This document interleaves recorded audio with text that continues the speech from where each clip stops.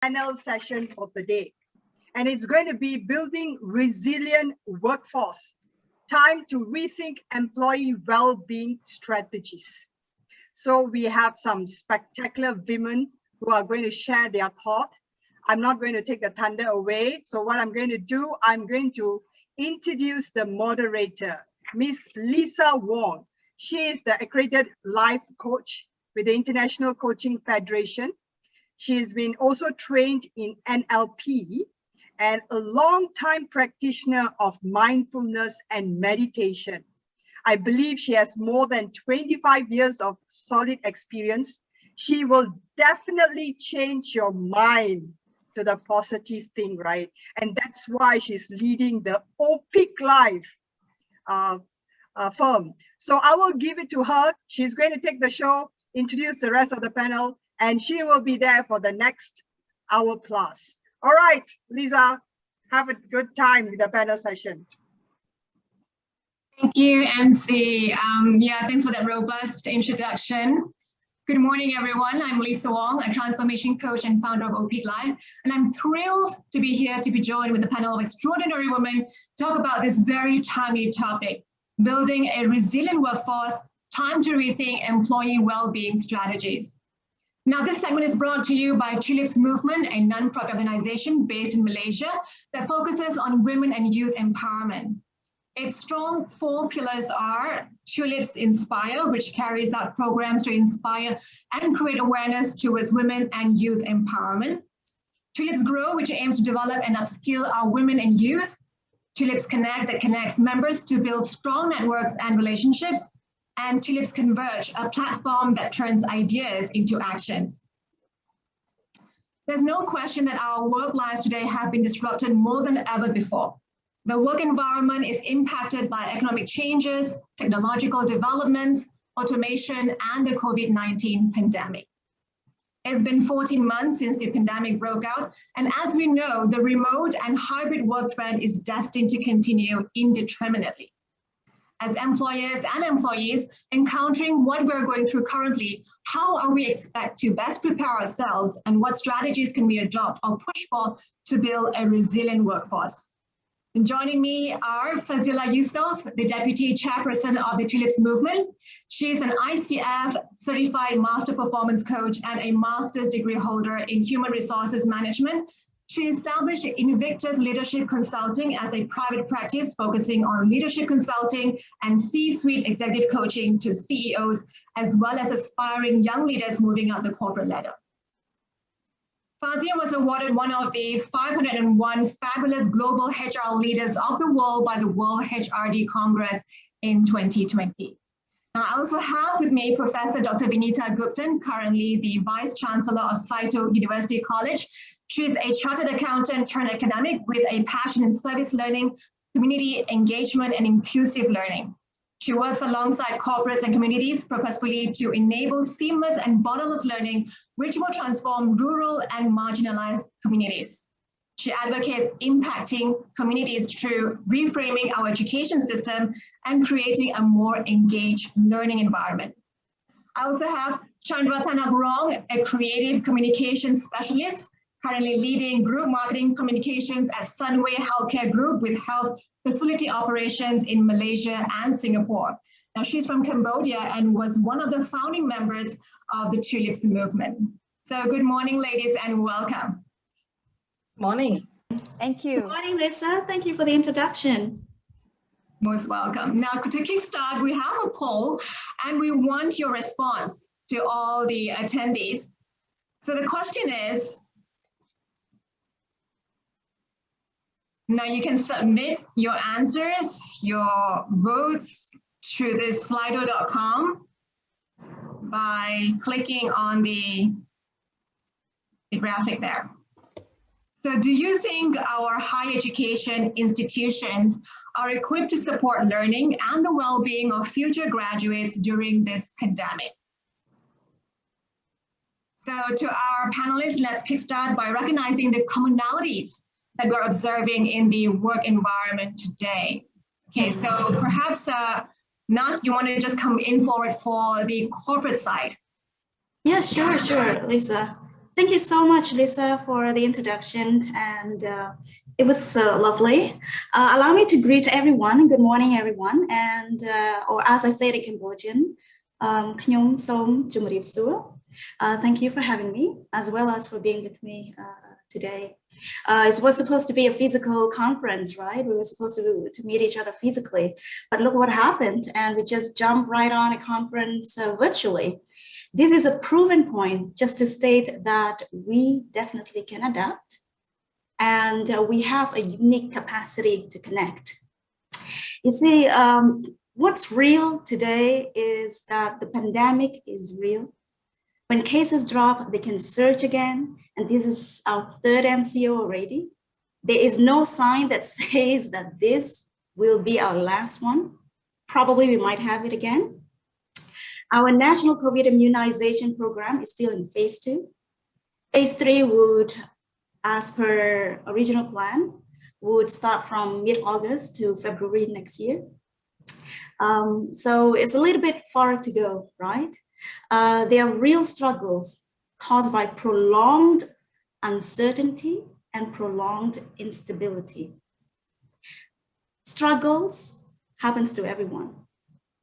For companies, it's a challenging struggle to navigate through this ever rapidly changing environment and the prolonged uncertainty to manage the workforces, shifting from a full-time remote staff or how to effectively manage a hybrid workforce that Lisa mentioned, figure out how to best support employees' well-being during this time, physically, emotionally, mentally, and of course, as well, the concerns on how companies can help to support staff in regards to COVID-19 vaccination. Back to you, Lisa.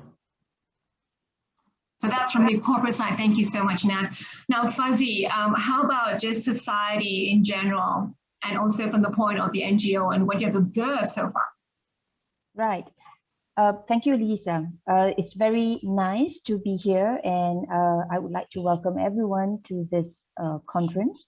And pleased that this track is being sponsored by Tulips, and we are very, very happy to be part of YHOW's call for this event today. In regards, I would like to touch a little bit about what is happening as a whole, regards to the NGOs as well as to the employers, as well as the employees, to touch a little bit on that also, Lisa, if that's okay with you. I think in terms of collaboratively, everyone will need to work hand in hand to ensure that things do work out well. And I'm very, very happy to see that the corporate level people are also taking part in this COVID-19 vaccination. And that is a sign that we are actually working together. And more organizations, private organizations for that matter, are working very well together with the government in ensuring that the dissemination of the vaccination happens. And as you know, in Selangor State, for example, we've come to a stage whereby even the Selangor State has encouraged the employers to jump on the bandwagon and help the government in ensuring that their staff, who is actually the economic backbone of the country, to be part of the vaccination. So the employers are now also arms together with the government to ensure that the vaccination is done in a very concerted way. So that is a show that effort is being taken care of in all parts of the country to ensure that the COVID-19 situation is better. So if I were to look at the employee side of it, right, mental health state is such a concern. Not talk about the struggles that happen with the employer as well as the employee. I would also like to touch upon the struggles that are reality with the employees. The mental health in regards to the employee is sometimes not being taken care of to the fullest. And employees struggle to brave this very challenging times. In my experience as an executive coach, I have had cases whereby employees are in jobs which they do not even appreciate, or they do not even have the capability to. It's just that they have to be in those jobs because they need to make ends meet. And it's such a shame that the employment has come to that stage whereby employees do not now have a choice. They just need to be in a role or in a job whereby they need to survive. And if they were to not have that job, then there will not be food on the table. So times have changed. Agility is evident, both for the employees as well as the employer. Back to you, Lisa. Thank you, Fuzzy. Yeah. Dr. Vinitha, how about your take now on the emerging workforce that's going to come in, the employees, the future employees, the graduates, and the youth? Right. Thanks, Lisa.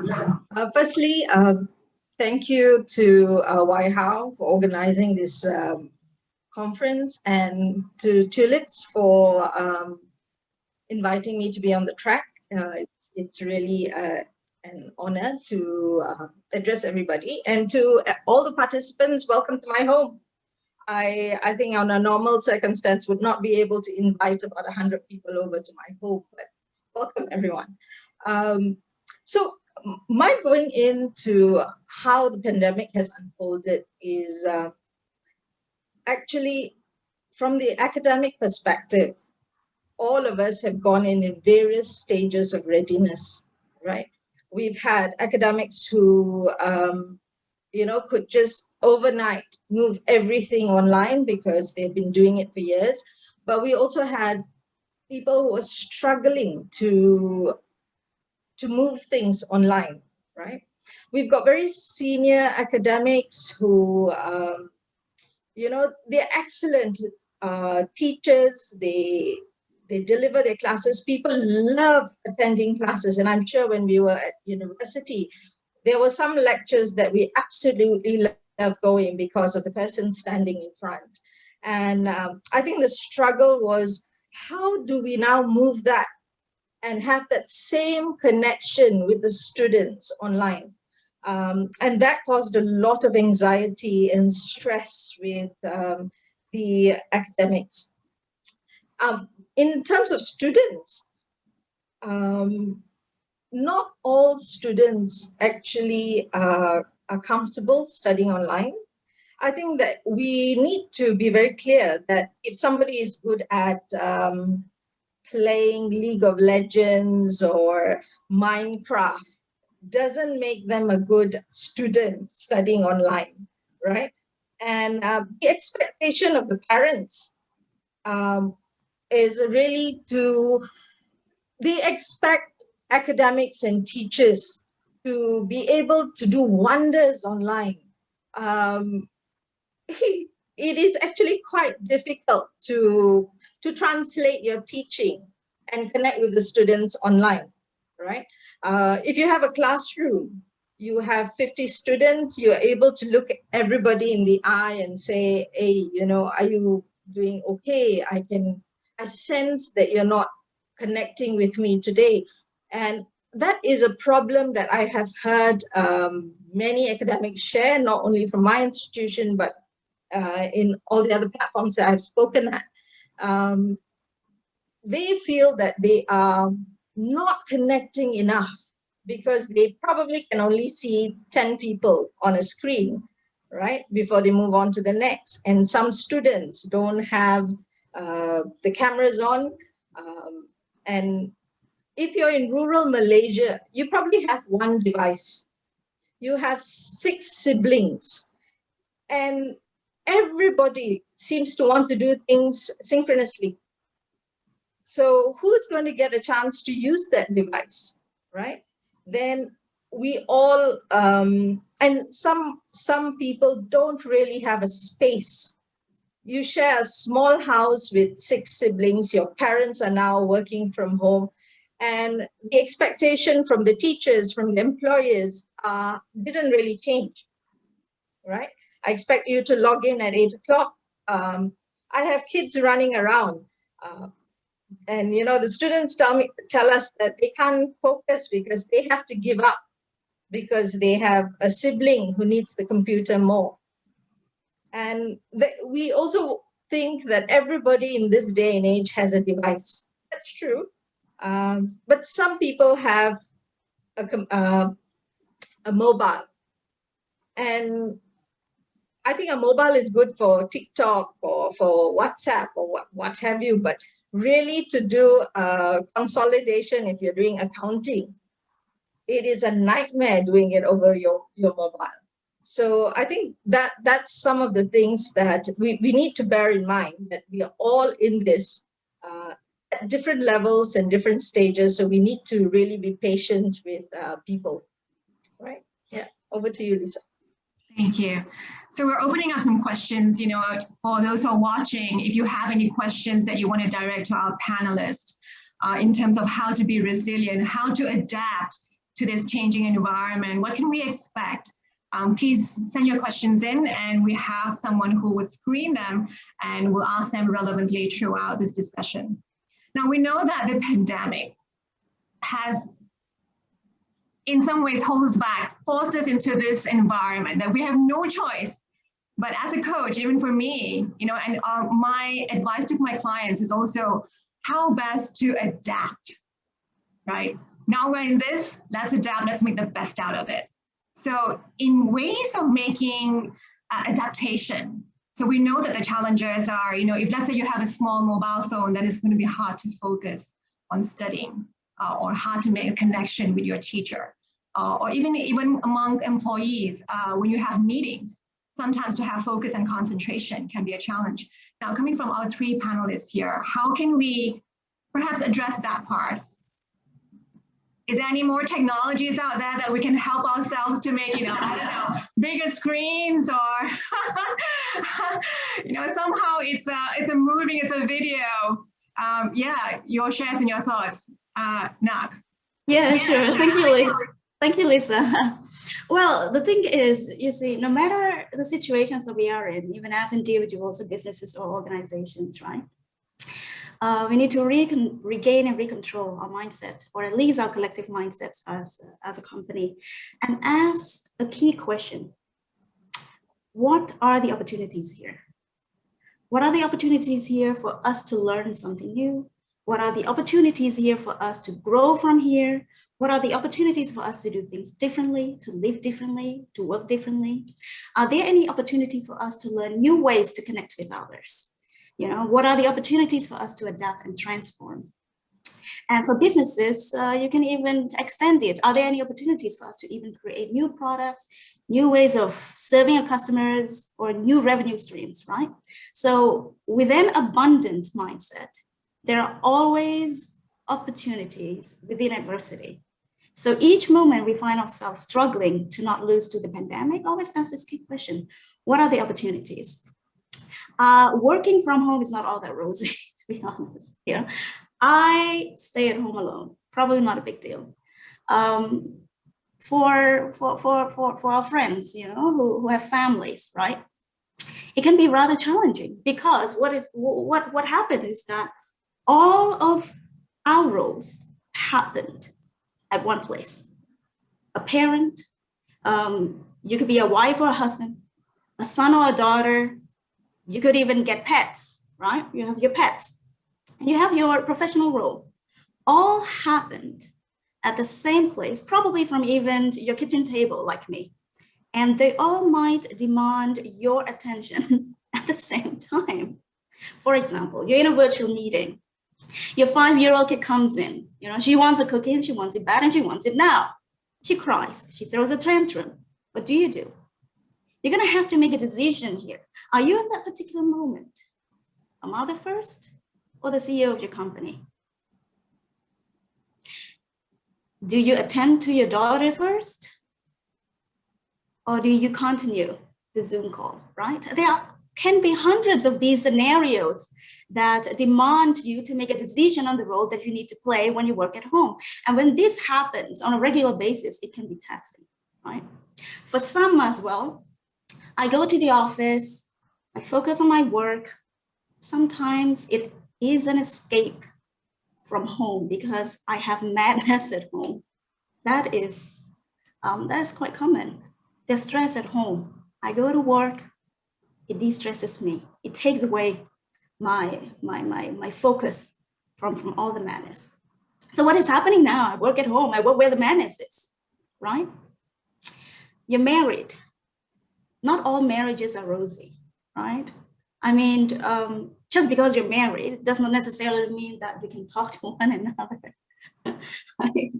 So let's say your relationship struggles during the pandemic, and this is very common. You're working there, and then just right there, your partner totally upset at you.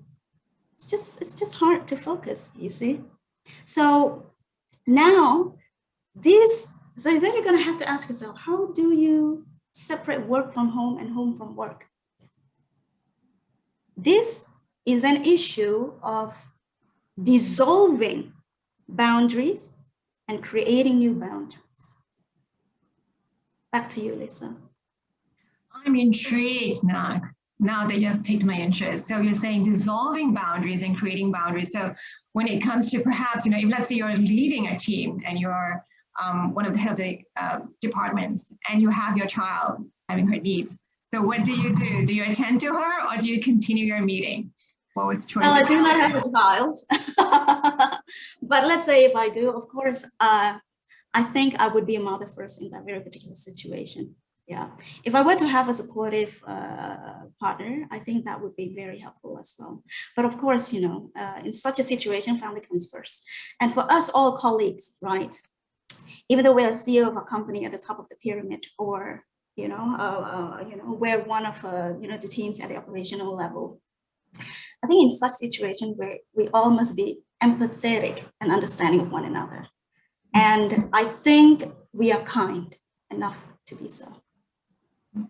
And if I may Sure. chip in that context, right? I think adversely from when we started in March last year to where we are right now, I believe people have a little bit more empathy, like what Nak mentioned.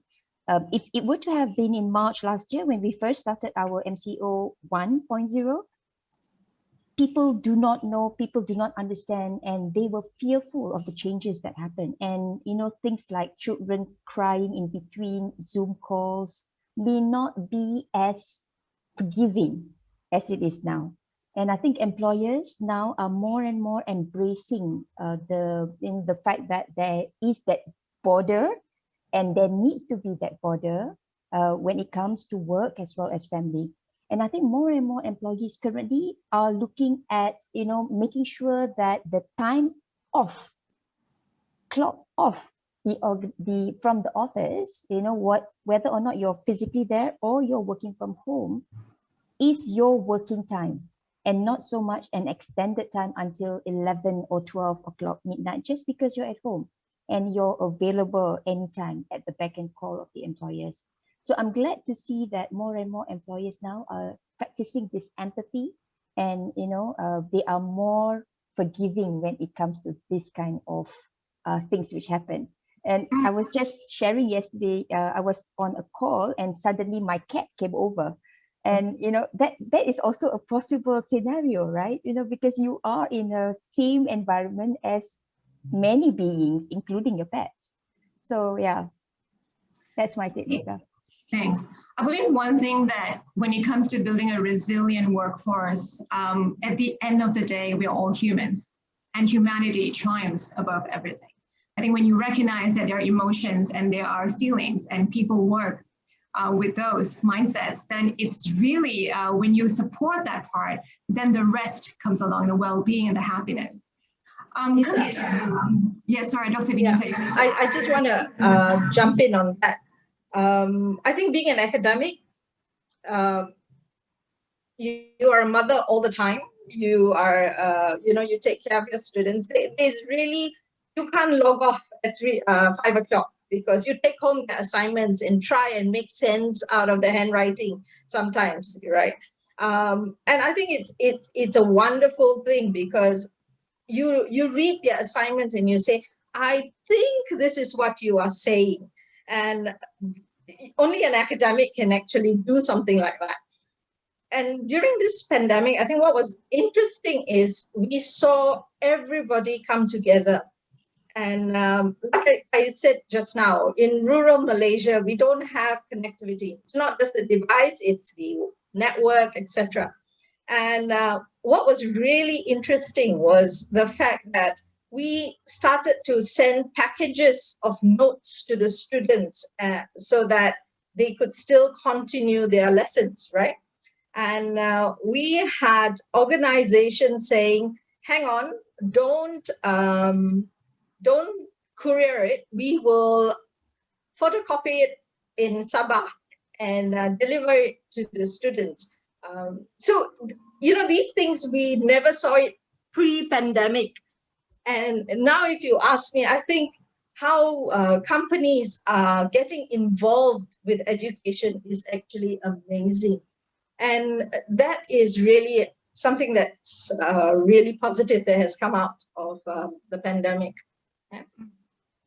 Thank you. Now we have a question from one of our attendees. What happens when you have a company or leaders in the company who are inflexible, or a nature of job that isn't flexible? Now we all have different roles that we play in an organization. Some levels where it comes down to the front, they're probably dealing with things on a more rapid basis, more rigid.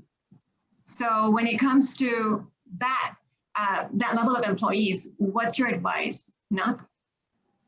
Well, highly sensitive to those that gave out the question. I think this is a very important question, and it's real as well. Now, in this particular situation, right, we need to address anxiety a little bit as well. And anxiety plays a very important factor. Creativity and anxiety are usually at odds with each other. And you see, when you're anxious, you get vigilant. You're trying to gain control. And in that vigilant state of mind, you just cannot be exploratory, imaginative, curious, playful, or simply put, you cannot be creative. And what happens to a business? What happens to a company, to an organization, when your workforce loses creativity? You see here, this is when a company needs to actually understand. It loses the ability to creatively solve problems, to be resourceful. It loses the ability to innovate something new or to simply do things differently. It impacts performances, and it can even impact social interactions, collaboration, and culture. It's damaging. So when you are actually not flexible, you demand your staff, let's say, you got to be in the office when it's not necessarily for your physical presence to be at the premise, right? It creates unnecessary anxiety. During this pandemic, there are two main anxiety among everyone. I am insecure and anxious about my income, aka as well job security. I might lose job or my salary could get cut. And I'm insecure as well. I'm anxious about my security, my safety, my well-being. I go home and I don't go to an empty house, you see. I have my family. I could have even elderly parents. I can even have, my babies. So I can actually bring respect to them, right? So leadership as a beacon of security during this particular moment of time is very much needed. So now let's say, if the company still says you have to be at the office, right? Working from home is not the case. Then you got to ask back to the organization. You got to ask back to your manager. Would the organization do the necessarily to develop, update, enforce necessary SOPs and guidelines to reduce COVID infection risk and enhance safety for me and for my colleagues? And would you also ensure that the premises are regularly disinfected as per the Ministry of Health's COVID-19 management guidelines for workplaces? This can be just downloaded off the internet, you see. Also, will you have good indoor air quality control? There are lots and lots of researches, lots of findings that, good air quality control can also help to reduce COVID infection risk. And also in the event, let's say I have a symptom, I need to get screened. Will you as a company jump in and support? In the event that I commute to work and I stay at the premise and I catch the infection, I need to be treated. These days, it doesn't mean that, you know what? If I have the infection, I can just go to governmental facilities and everything will be taken care of. Governmental facilities are pretty much up here. So there's a very high chance for you also that you need to have treatment from private hospitals. It is costly. Insurance does not cover. Will the company come in and support? Will the company put in all the necessary investment to ensure that I feel safe to come to work? That is pretty much the concern that you need to actually ask back the company. Back to you, Lisa. If I may, I think on the perspective of the employer, just to counter what Nak had mentioned, yes, to a certain extent, the viewers or the participants' question is valid. However, we must also understand that sometimes the organization, I'm not too sure the participant that had asked, is within an organization which is able to do whatever that is necessary. Reality is that we wish to have employers who are responsible enough to be able to do this. But then sometimes employers are also struggling. They may not have the capacity to actually do the necessary, they do the very bare minimum, right? For example, COVID tests. You do the first test, which is the nose, and the second test is the throat. Now, the employers can opt to do the first test, which is the nose, which may not be as accurate, but if you were to do both, then it will cost more. So in that sense, would the company just suffice to just do the first swab test and see whether the employees are safe to come in? And it's about the capacity of the organization also. So I think in this context, both the employer and employee will need to work hand in hand. Both have to understand each other's concerns and then act on it, because not all organizations are able to have that capacity to accommodate the very maximum facility or safety of the organization. And we do want to hope that they are responsible and they will do the necessary, but reality is not all organizations can do that. Right. Well, thanks, Fazi. I think this next question is very, very appropriate for your segment, for you to answer, because you came from HRDF and managing human resources was one of your expertise. So there's a question here that asks, how can we bring back the function and role of a human resource department where we put humanity as the center? As well as how can the employees in some ways band together or individually influence their leader of the organization, their company heads, to put well-being as a focus? Right. So thank you, Lisa. And I think this is a valid question coming from a HR background. And I think, Nak, you can also appreciate this. There are, sometimes human resources is seen as paper pusher, seen as administrators, and not seen as business partners to both the employer as well as the staff. HR needs to be that role. HR needs to play two hats. One hat, which is for the employee, and the other hat is for the employer. Now, whether or not the HR team is able to do that is a second question, right? Different HR would have different way of leadership. But I would want to imagine that a responsible HR will have to put the people at the center stage of especially now when it comes to the pandemic. Now, For the employer, I think, I mentioned just now that both employer and employee needs to work hand in hand. It takes two to tango, and we need to cooperate with each other, right? So my question to the employers, to the corporations, right? Whether do they realize that if they were to not manage or cater to the health, the well-being of the employees, do they realize that the productivity will be affected?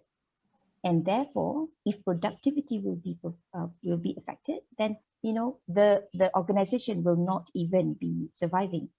So I would like to do a thought experiment, if I may, Lisa. Sure. Are we up for that? Yes. Okay. All right. So, and I would like to invite the participants to also come on this journey with me. It's a thought experiment. It's a short one. And this is especially for the employers to have some form of a reflection, yeah, in terms of productivity. So let us start with imagining this scenario. Let's imagine a single mother. Are we in that space? Okay. A single mother who is currently doing a very stressful job in a stressful environment where she sits 90% of her time in her chair. Maybe she doesn't have time to cook like many of us do. So she chooses meals based on convenience, which usually means overly processed, high sugar food. Over time, this poor diet mixed with stress from work leads to chronic disease. Let's imagine that this disease is diabetes. Medical care will cost her and the company more money. Therefore, more stress for her. Now, she's worried about her health and needing to make ends meet. So she's probably distracted and now less productive. But she can't get distracted because remember, she's a single mother. Now she's thinking, what's going to happen to me? Who's going to take care of my child if something happens to me? Now, more stress, which causes productivity to decrease more and more.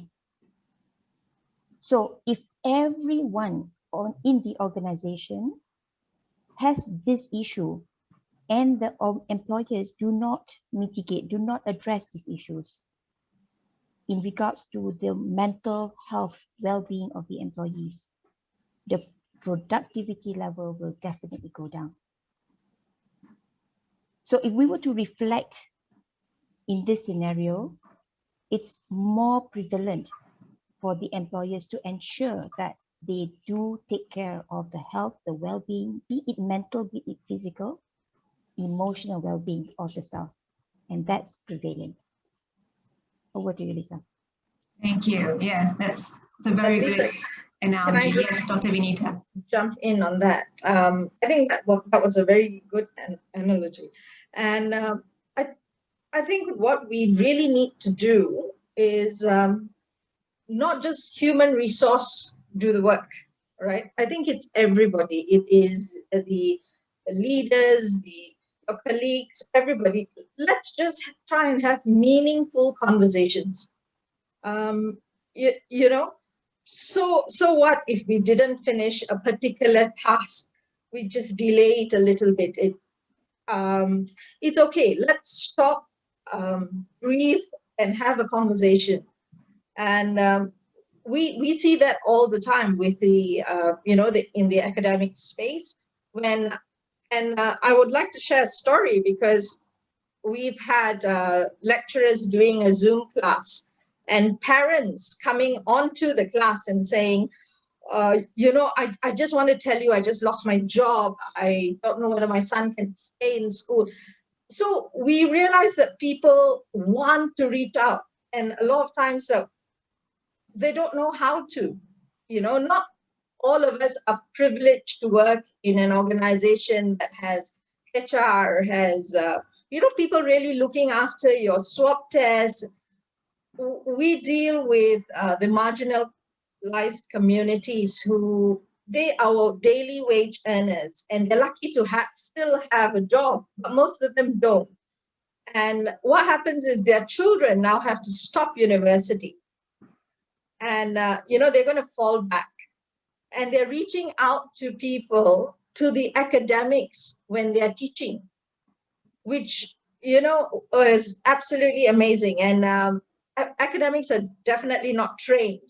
It is quite a shock, because I have experienced that myself, where you have parents coming and saying, is there something that my son can do to help the family? And they're reaching out, and I don't know whether we're doing enough. We must remember, not all of us are privileged to work in larger organizations, and we really need to collectively think of how to help those who are not. Right? Yeah. Just wanted to add that. Yeah. Good take there, Dr. Vinitha. I believe that all of us now play a role of practical psychologist or therapist. As a friend, just reaching out, if let's say you do have the skills, is to volunteer and give time to those who would like a year of listening. Now, Dr. Vinitha, we have also the Generation Z. I think the oldest of Generation Z is about 23 years old today. So they're coming into the workforce, and they're going to form the majority of the workforce in a few years. And also this includes the youth and the graduates that you handle. This is your category. Tell us about what do they need to prepare? Because where we see this pandemic is going is indeterminate. Right. So let's just take it this way. When we were in university, the best things about being in university was never the class.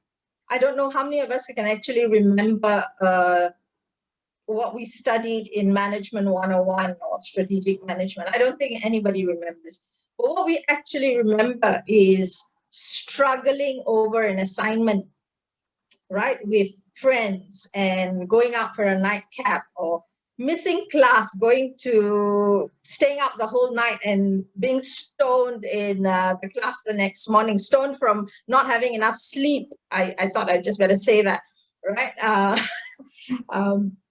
So that's really the memories that we carry with us, right? You learn patience, you learn compassion, you learn resilience from your friends, from doing assessments together, from helping them after a fall somewhere, crying with them. You lose that when you do things online. I have 2 children going to university, and they're rather disengaged, right? They submit an assignment because we now don't really have proctored and time-bound assessments, right? Now they do an exam, and they give them 24 hours because of all sorts of reasons. And so they operate very differently. And our worry is employers post-pandemic is going to straight away go back to pre-pandemic days and expect different things from the graduates. And that's something that we really need to think about. There's a group of students who have missed out on the university experience, right? And we have very interesting government guidelines that say, you can come back, you can't come back, you come back and you have to be quarantined. And it's really very confusing, not only for the students, but for the university administration. So how do you then get them to do exciting things together online? that's going to be quite a challenge. And I think what we really have to remember is most students are now not taking a full load, right? If they have to support their families and work, they actually can't take a full load. So we have academics now running classes at 8 p.m. to support students who are working the whole day, right? We have academics doing classes over the weekend to support the students. I think what we need to do as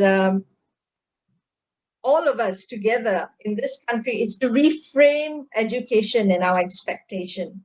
And my invitation to the organizations is this: work with us to design or to nurture the graduates, right? We have 13 years of our school system that works in a particular manner. They're sent off to university for 3 years, and not much really can be done in 3 years, because 3 years is actually a very, very short time to make great changes in individuals. So the invitation is for organizations to not just come in and give a talk. It doesn't work, right? Help universities redesign our curriculum. I think we should just deconstruct the current curriculum that looks at creating students that have a particular profile, right? I think, Dr. Vini, so if I can just get you to also share, perhaps, because you have a long expertise in this area where you deal with a lot of graduates, and having them come into the workforce, would you have a kind of mindset that perhaps that they should get themselves ready with, and perhaps also words to employers on how to assist this group when they embark on their working journey? I think the most frequent comment we get from employers is that the students can't communicate well, right? There's this huge gap. They can't speak English well. They can't communicate. But if you go to rural Malaysia, right, the schools don't really teach them how to communicate in English, right? Then they come on into the city for 3 years, and it is impossible for them to do that, right? And what I'm hoping, and this is a project that I'm working on, is for employers or anybody to allocate 30 minutes of their time once every 6 months to mentor a rural and a marginalized kid from, not from the city, not from the cluster schools, or Sekolah Cemerlang, or whatever else we have, but from, these are the groups of people who are actually going to serve the community. So if all of us can give up 30 minutes every 6 months to have a conversation over Zoom or over the phone and just talk to people, they build their confidence, they would look at things very differently, right? And I think this is a long-term approach, but the invitation is out, and I like to take this platform to always make that kind of pitch. So yeah, there you have it, Lisa. Thank you. So attendees, you hear her. If you have 30 minutes of your day that you can allocate and dedicate to assisting someone from the rural area to have a more fulfilling career or life, then this is your take. So yes, I would like to talk about the upskilling and training because technology is now also center in a lot of companies, automation. Getting staff together to work, they also have apps and softwares. So when it comes to upskilling and training, perhaps Nak, your thoughts on how are employers open to this? I know that some major firms are already allocating funds towards upskilling their staff. But what about the SMEs, the smaller size companies? Oh, well, that is actually an anticipation despite the pandemic, with or without the pandemic, right? The rise of artificial intelligence, robotics, and automation requires all of us, the whole world, to adapt to the new reality.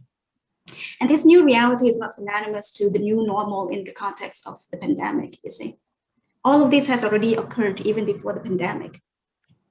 A little bit of an introduction. Artificial intelligence is to replace high-level judgment-based skill sets. For instance, tasks that requires complex analysis, as well as creative ideation.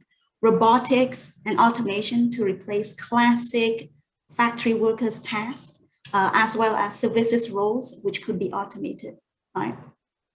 And there has been a key question. Actually, it's a key concern, not just a key question. And the key concern has nothing to do about these technologies. The key concern is about us, human beings. Will they replace us, right? Will artificial intelligence, AI, and robotics replace humans? And if so, to what extent? There is already an anticipation that robotics and automation could replace millions, 20 million manufacturing jobs by 2030, according to Oxford Economics, right?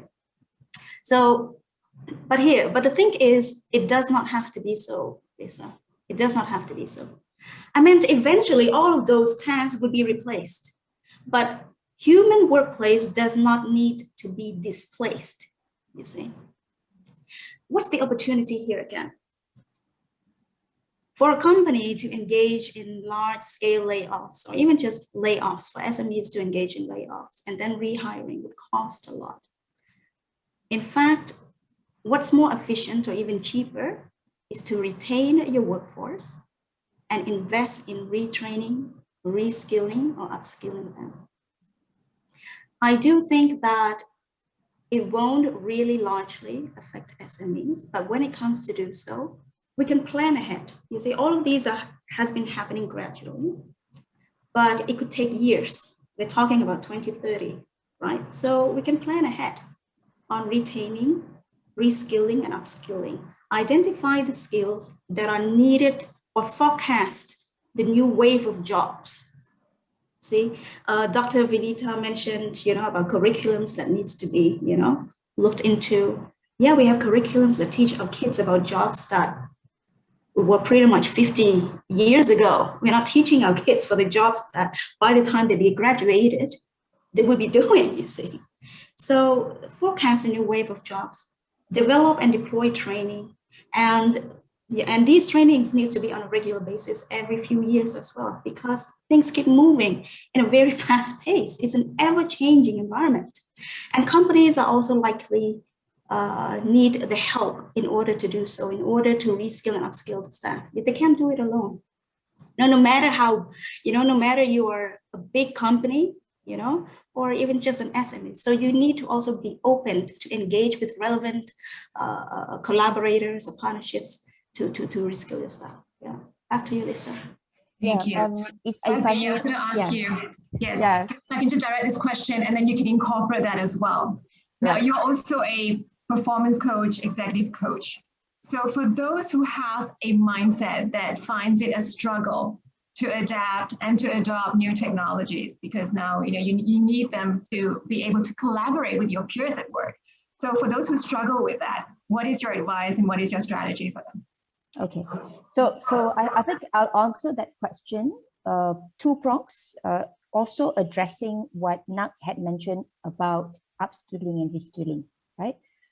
Now, the first thing that I would like to touch upon is collaboration. As what Nak mentioned just now, leverage on the collaboration partners. The government has actually given a lot of opportunities. And coming from HRDF formally, I'm not too sure whether many know about the existence of this platform called eLatte.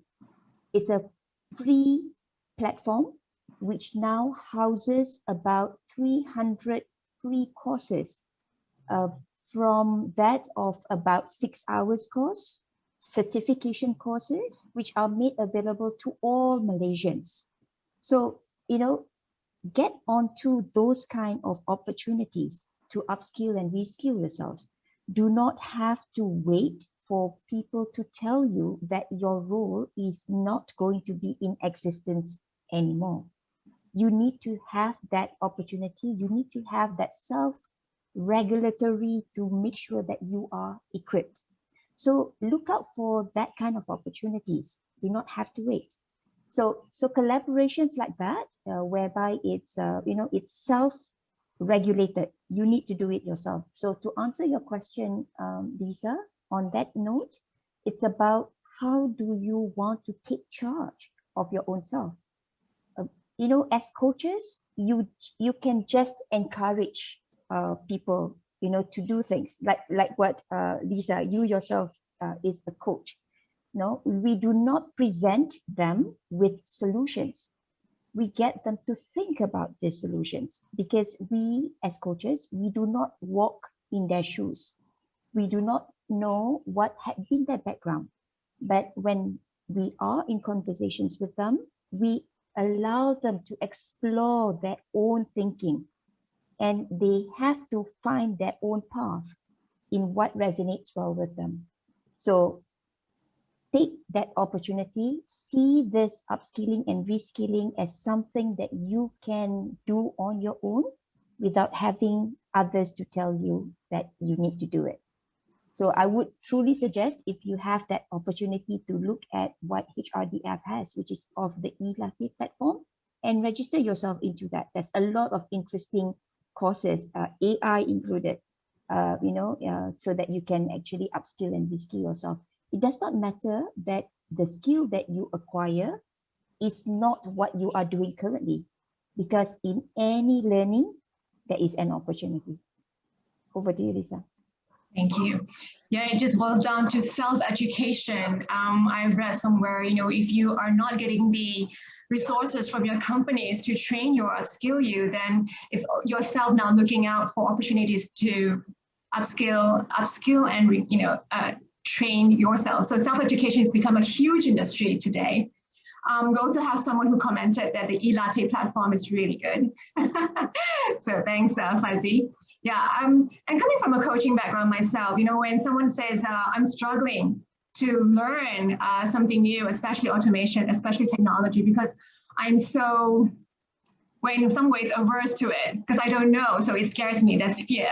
And my take to them is always, you know, how would your life change when you adopt this? When you have this skill, you know, imagine what will your life change, how this would impact your family, how this would impact your income, how this would impact your spending power and quality of life.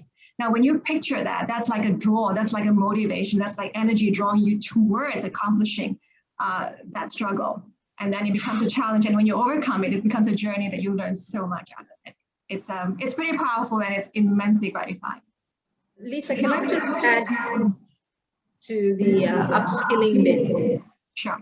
You know, academics, we've had academics who are 70 years old and had to move on to e-learning. I think what worked very well was reverse mentoring. They reached out to the younger colleagues, or, you know, to the younger students and said, how do I now use this to teach? And it became co-ownership of learning, which is actually a very, very powerful thing. And we also, I think not everybody are intentional learners, right? And doing a program alone can be the most stressful experience. You know, if you had to do an online program alone, can be very stressful. So maybe do it with a partner, right? Another thing that we can do is, if there are academics out there, Don't design everything on your own. You know, there are thousands of accounting lecturers, for instance, or economic lecturers in the system. Why don't we just share our slides? Remember, education is about serving. It is not a competition among the teachers or, you know, among universities. It is really about sharing. So if you've got something good, share it. And university lecturers can share it with school teachers, right? Because if you've got a framework on how to teach mathematics in the most exciting manner, why not share it with the teachers? I think it's really depressing to see us being selfish with our notes. Why, right? So I think when it comes to upskilling, it is about sharing. It is about teaching someone else. Just teach one other person. And I think things will change, and how we learn will also change, right? Yeah. Great, yes. Thank you, Dr. Vinitha. Yeah, and there's so many platforms now to share. I mean, social media is obviously the biggest. You have, you know, Facebook, you have Instagram, whatever you choose, whatever your options are. Are you visual, or are you more a word person on Twitter? So there are just so many avenues. Now, coming to the other part of where do you draw the boundary in healthy manner for any employee when it comes to resilient workforce?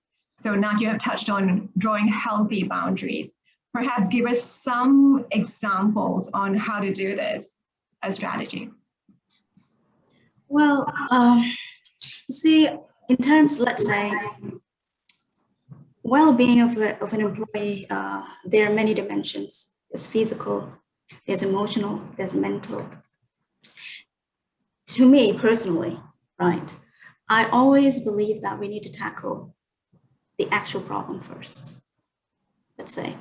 So in the context of, you know, this whole pandemic situation, okay, number one is finance, income. Number two, it's safety. So this needs to be taken care of as well, right? So before we jumped on to the well-being of our staff, financial health of a company during this very particular moment is very important, it's very crucial. If the company does not do good, then the worst could come in, you see. So I believe that leadership, together with employees, collectively as a team, single-mindedly, with a sharp focus, working together towards stabilizing financial health of the company. Strategize and ask, what are the opportunities here for us to improve our products, which can make sense to the current needs of the market? What are the opportunities here to transform the way we serve our customers differently, which makes sense to the current needs of the market? Or are there any other opportunities for us to develop new lines of product, total new lines of services that we can sell? You know, any new opportunities to create new revenue streams, right? Settle that. And when we're in this sharp, you know, this mode of sharp focus, we usually also do not feel anxious, the anxiety, because our mind is busy engaging intensely. Let's say, if it fails, at least we have a closure. We've done all that we could. All of us, we do all that we could, right? So get that out of the way. As well, what I mentioned early on in terms of safety, reducing the COVID infection risk, that is also one of the fundamental factor that a company should also look into immediately. And then, okay, now, culture of care. Virtual culture of care is very important at this particular moment of time. And there are technological resources for us to do so, for us to access. So utilize technological resources to build virtual culture of care, design a support system that can be accessed virtually. It can be just a simple digital platform acting as an outlet that is interactional. It needs to be both ways, you know? One, it offers mental health assessment and also mental health resources for employees to access to, as well as it should act as an outlet for employees to express their emotional distress as well. A safe and neutral place where they can just speak to someone. And the outlet also should provide counseling.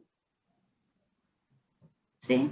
And meanwhile, a company, if it is not already part of the benefit plans, if it is possible, should also consider to factor in mental well-being in their benefits plan. An employee would probably needs to consult professional help outside, you see, and it does cost. Right there, you can go to governmental facilities. It doesn't cost much, but sometimes they might need more help than that. And financial constraint might, not just a stigma. Sometimes it could be just finance that block them from doing so. You see, and then I think one thing that we need to also look into, especially during this pandemic, I don't know whether you could agree with me, is to have initiatives that promote play and interactions.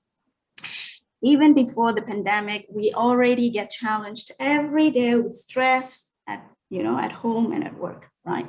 But we got to play to distress. Some play by traveling, some get together with friends and hang out. Maybe Fazilah has a cat, some play with sports.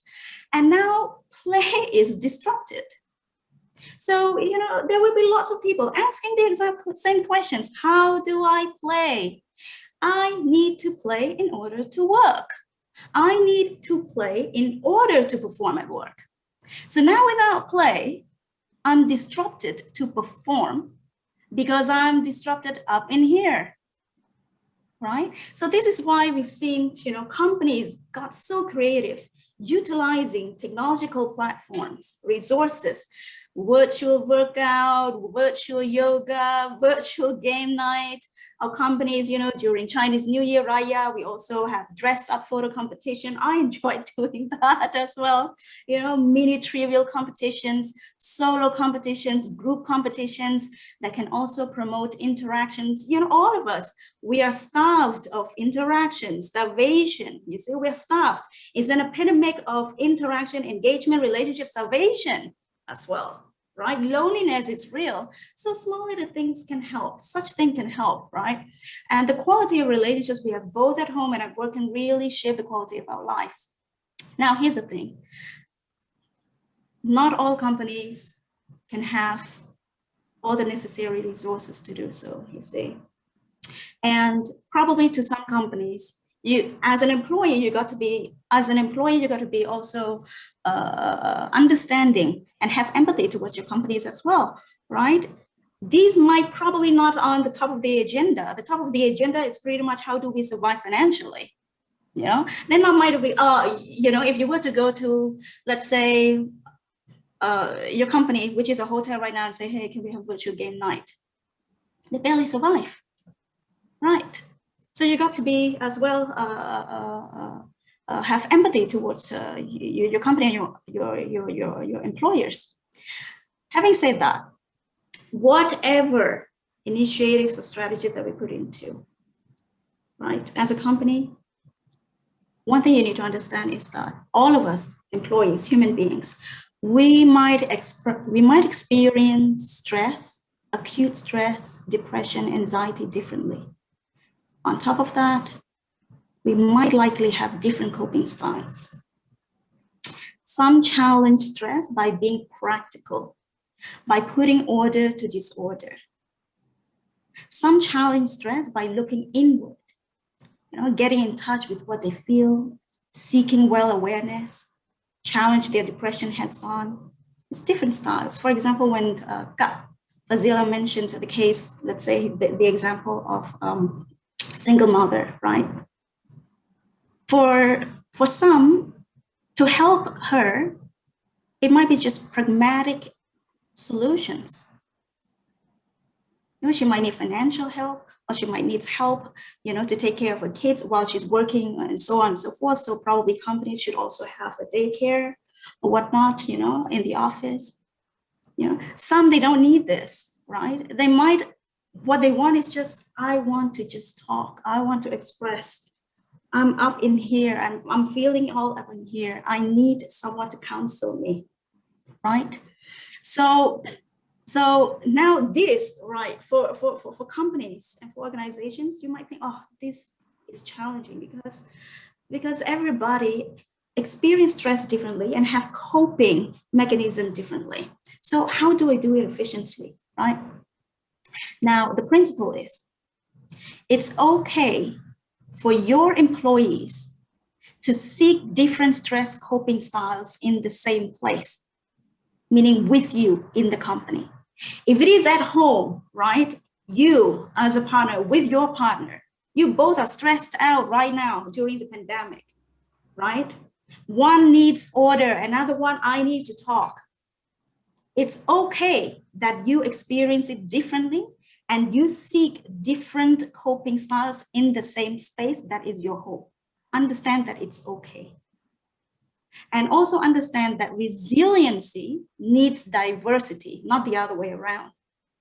So ask, how do we turn our differences into resources? No one has a perfect answer. No company has a perfect answer. No company has a perfect blueprint. Nobody has all the necessary sufficient resources. All we can do is just to be creative, to be resourceful. For example, like one Fazilah mentioned, okay, you know what, if companies does not come in and provide you all the necessary resources to reskill, you reskill yourself here, free, right? So do all that you could possibly could. Yeah. Try different things, get creative, play with it, review and see what works. Back to you, Lisa. Thank you. Well, we're going to be running our poll very soon. But before that, I just want to talk to Fuzzy, just one last bit here before we run out with all our panelists. Fuzzy, if you can just round out the last bit here. The gig economy. Now, I know a lot of people are also doing part-times and self-employed, and this is also a huge opportunity for our gig economy, people who are engaged in it. So just your take on the gig economy, and if, let's say, someone who is out of work at the moment who wants to get into the gig economy as a financial survival, what's your thoughts on this? Thank you, Lisa. I think those people who are currently braving the gig economy is very courageous. You see pilots, you see people with white collar employees who do not have job. They are resilient. They do not rest on their laurels. They take the bull by the horns and they do something about it, right? So those kind of resilience needs to be built. And people who are in this gig economy, there's no holds barred for them. It's as good as long as you have the capability, as long as you are hungry to get what you want, the sky is the limit for you. And I think I just want to also rope Dr. Vinitha in here in this conversation around this gig economy, because Dr. Vinitha had once shared with me her story about her students having come from the underprivileged families who needs to themselves survive, to pay off for their education fees. And they, amidst all the assignments, amidst all the classes that they need to attend, they do go into this gig economy themselves. Doctor? Yeah. So I think you're right. It's the resilience and the need to survive, right? So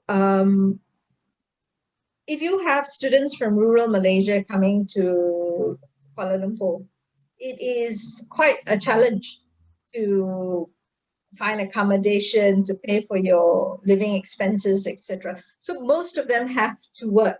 And there's nothing wrong in working, but I think that's where they build their resilience. And, they can cope with the work, they can cope with the assessments, they can also pay for their education, right? Or pay for their living. What is interesting here is the resilience that you see may not get them the first class that most organizations may look for, right? But these are students who will pass who would probably, pass the exams, be completed their studies, let me just put it that way, but they may not be the first-class students. And most companies look for the first-class students. So there's this disconnect between, I want you to be resilient and be able to cope and do various projects, to, I also want you to be the really top cream. So, let's rethink how we're going to do this. So we want to encourage students to actually now do industry certifications, right? So take something that the curriculum doesn't offer. And the MQA, the ministry, has now allowed micro-credentials, so they can take courses from NYU or, all the universities and piece it together to make it part of their graduation package. So it is about employers looking at the students, not just for their paper qualifications.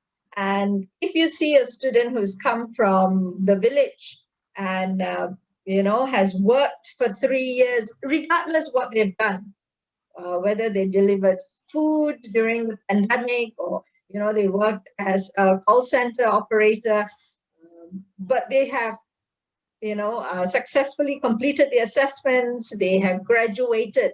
I think that is really a student that we all need to look at, right? And give them opportunities.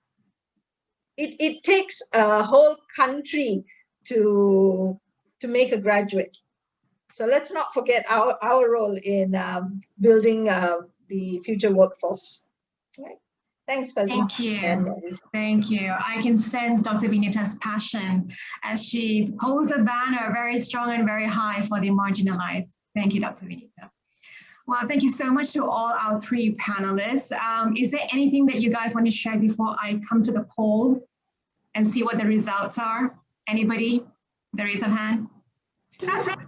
Okay, yes, now. Yeah, probably just final words. And thank you so much, Lisa, for this opportunity. And these are probably the things that I continue to tell myself every day as well. You see, living with prolonged uncertainty is grappling. It can be very, anxious, depressing. And in this state of mind, you might have been trying to seek and chase for answers. And this is when it gets exhausting. When can my salary reduction return to normal? When can I find a job again after being laid off due to the pandemic? When can I travel again? When can I see my loved ones again? Because you're apart from your loved ones. And those are always with your loved one 24/7. You might be asking a different question. When can I have a healthy space with my partner again? I need a little space, you see. When can I hang out freely with my friends again? Can I still think and plan for my future when everything is so uncertain? Now, the thing is that it's okay not to have an answer. No one has an answer. So it's okay not to seek answers. And it's also okay to go day by day in such situation. And when we are living in distress, our mind tends to seize negativity. Do not believe all that you think. Not all that your thoughts are true. Learn to pick your thoughts. Take efforts to see and appreciate small blessings. The pandemic, at the very least, it should give all of us a sense of perspective of what and who truly matters for our lives. Just a simple fact that we and our loved ones are well and safe is a blessing that matters. So appreciate that. Yeah. Thank you, Lisa. Thank you. Thank you. Let's just now turn to the polls and see what the results are for our question that we posted earlier before the start of the discussion.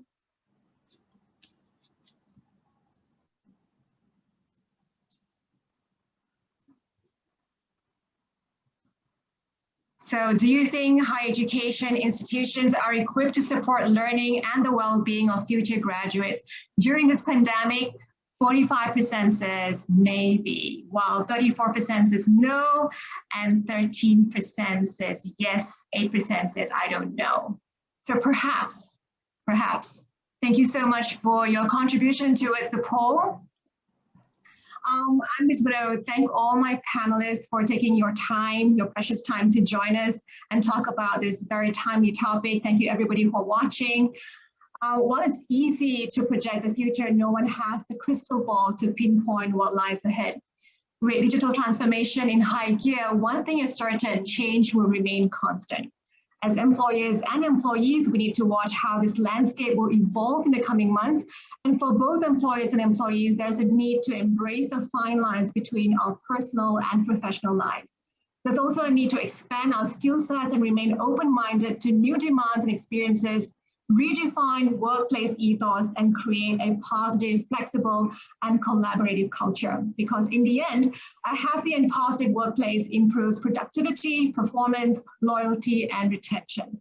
Thank you to our panelists once again. Everybody, I'm Lisa Wong, wishing you a very pleasant day ahead. And now back to our MC for the event. Thank you.